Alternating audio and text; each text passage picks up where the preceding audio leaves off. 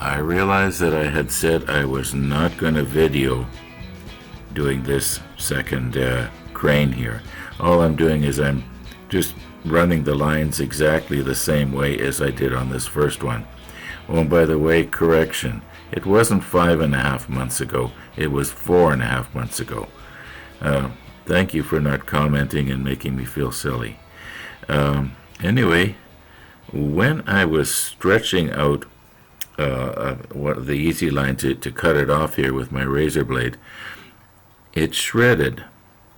And I've got one little strand here. I'll put the macro lens on so that you can see it.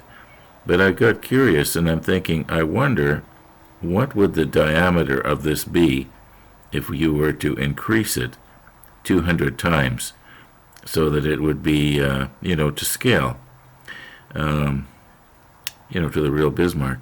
So I think I'm going to do that. I don't think I'm going to do it on camera. I got to be careful here. It's getting itself all wound around my pointer. Anyway, I'll just quickly put the macro lens on just so that you can see it a little better. Okay, you can see here, this is the piece that I cut off. I got to be careful that I don't blow it away with my talking here. Anyway, it shredded, as you can see here. And as near as I can tell, this is just one single strand. I forget, we did sort of conclude how many strands it was made up of. And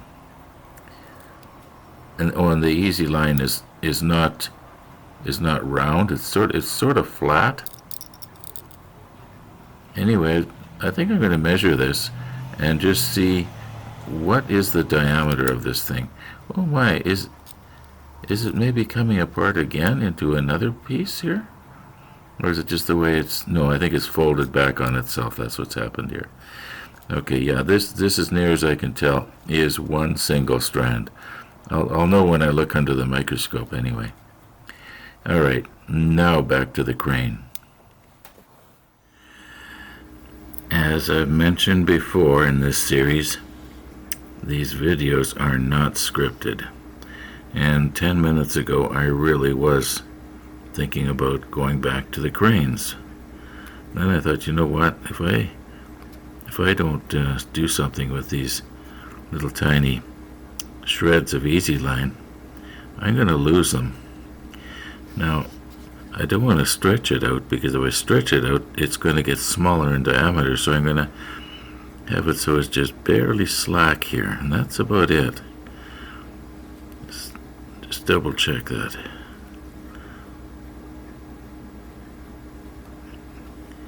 Oops.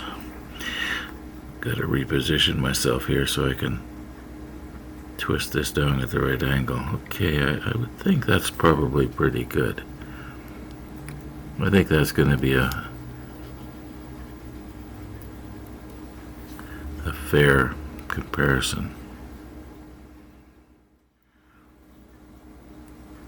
Now I have just carefully measured this little drill bit, and it is 135 ten-thousandths of an inch in diameter.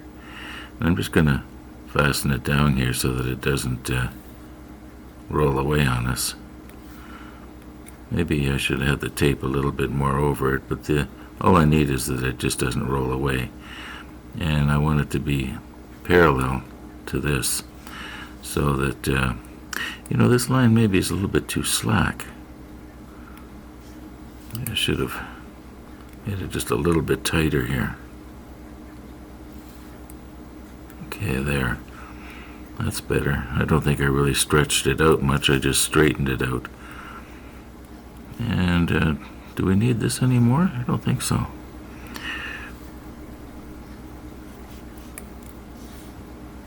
Let's get our drill so it's parallel. If it's not perfectly parallel, you're not getting a good measurement or comparison. They have to be parallel. Okay, I don't know if I'm going to do this today or not. It depends on how I feel.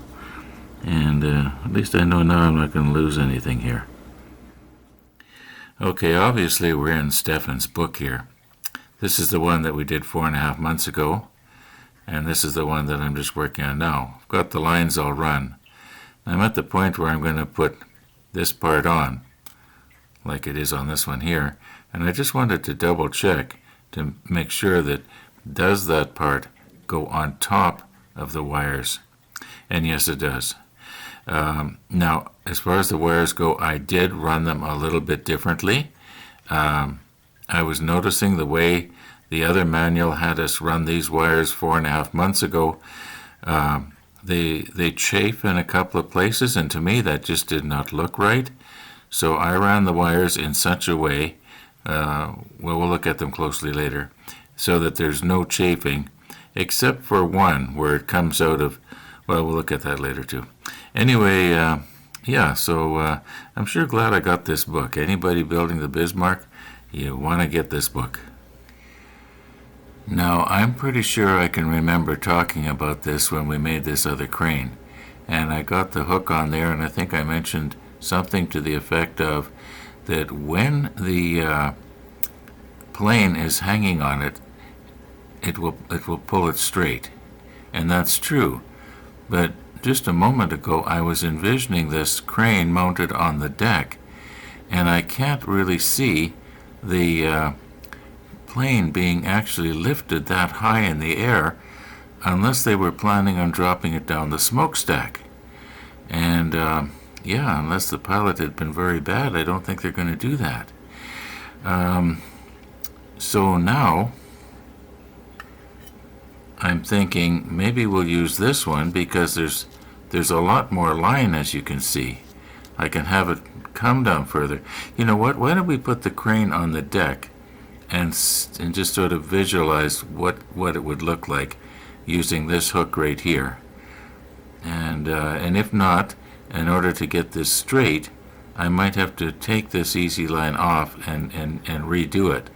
And that might be a little bit hard to do because this is all glued together now. So anyway, or maybe I could just break this one line loose up here and just move it up just a little, and that would hold it straight. Yeah, I'll think about it. Now, I was pretty sure that this was the place that the crane goes, but I just wanted to make good and sure. Didn't want to try and put it in here or here. Noticing that I got paint in there. I don't know if it's going to want to go in there. I might have to enlarge that hole with a drill.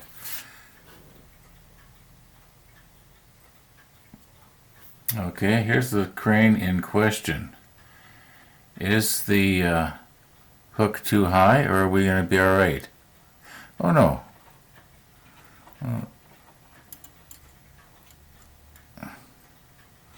No, that's all right. Yeah, stop it from swinging here. Okay, so it could be that high. Now, if it was to have Tony's aircraft hanging from it,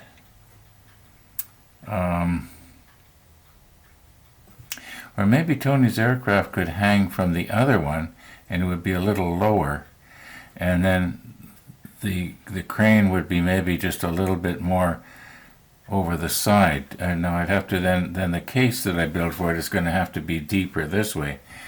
Lots of things that I got to consider here.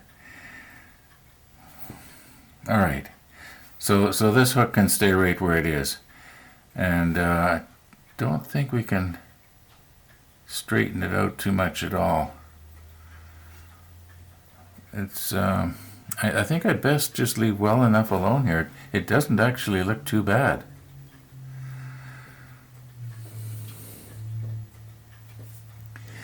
Now, we were talking about Stefan's book there a while ago, and I guess as a lot of you know, I will be, or I plan to be, getting the hood. It's on order, and I don't know if Stefan has a book out on the hood. I did check a little bit this morning on the internet, and I don't think he has anything like what he did with the Bismarck. There is something out there. I might think of maybe getting it as an ebook and a PDF. That might work out better for me. But on the other hand, then I don't have anything to open up here on model table. Anyway, let's take a close look at the other one that I just finished this morning. Now my goal here is to show you how by running these lines slightly differently from here to up here, I don't have any two lines chafing, except for this one line. You can just sort of see it as where it goes through there. It is rubbing on part of the crane. In real life, that wouldn't happen unless there was some kind of a roller up there. Anyway, here we go.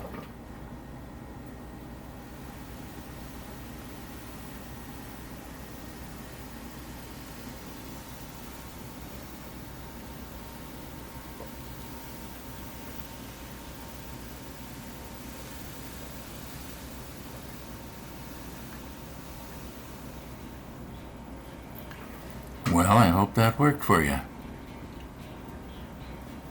Now keep watching out my window. You may never get to see this again. Now that was a fluke. I was just about ready to say, we're going to have a short video here this afternoon, and just then my neighbor walked by, looked in the window and waved. I don't know if you saw that. I'm going to run it back. You may be wondering, how is it that my neighbor can see into my house in the middle of the day? Shouldn't the windows look dark? Well, yes, normally they would, except I'm sitting under bright light here. Do you ever wonder why it is I can stop my lens down to f/22? It's almost as bright at my model table as it is outside on a sunny day. Well, almost. That was not planned. Anyway, yeah, so I think that's all for today, folks. I wasted a lot of time, like setting this up and making coffee, and had to do the dishes. And not all the videos can be long. So thanks for watching, and all being well, we'll see you tomorrow.